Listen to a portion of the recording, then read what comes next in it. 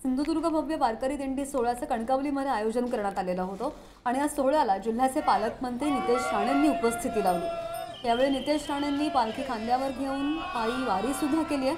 तसंच नितेश राणे टाळ वाजवून भजनामध्ये दंग झाल्याचं पाहायला मिळालं। सिंधुदुर्ग जिल्हा वारकरी संप्रदायाचे हजारो वारकरी दिंडीमध्ये सहभागी झालेले होते आणि दिंडीमध्ये महिलांचा देखील मोठा सहभाग होता। याचाच आढावा घेतलाय आमचे प्रतिनिधी उमेश बुचडे यांनी। पाहूया।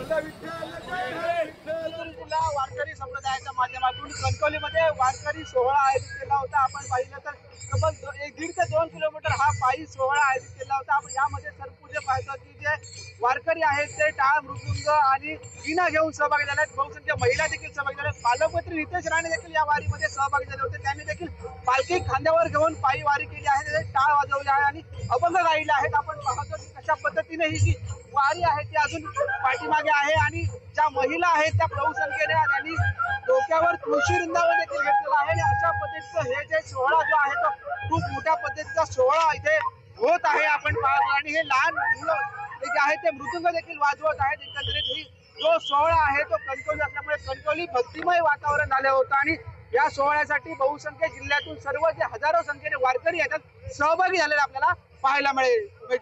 पुढारी न्यूज सिंधुदुर्ग।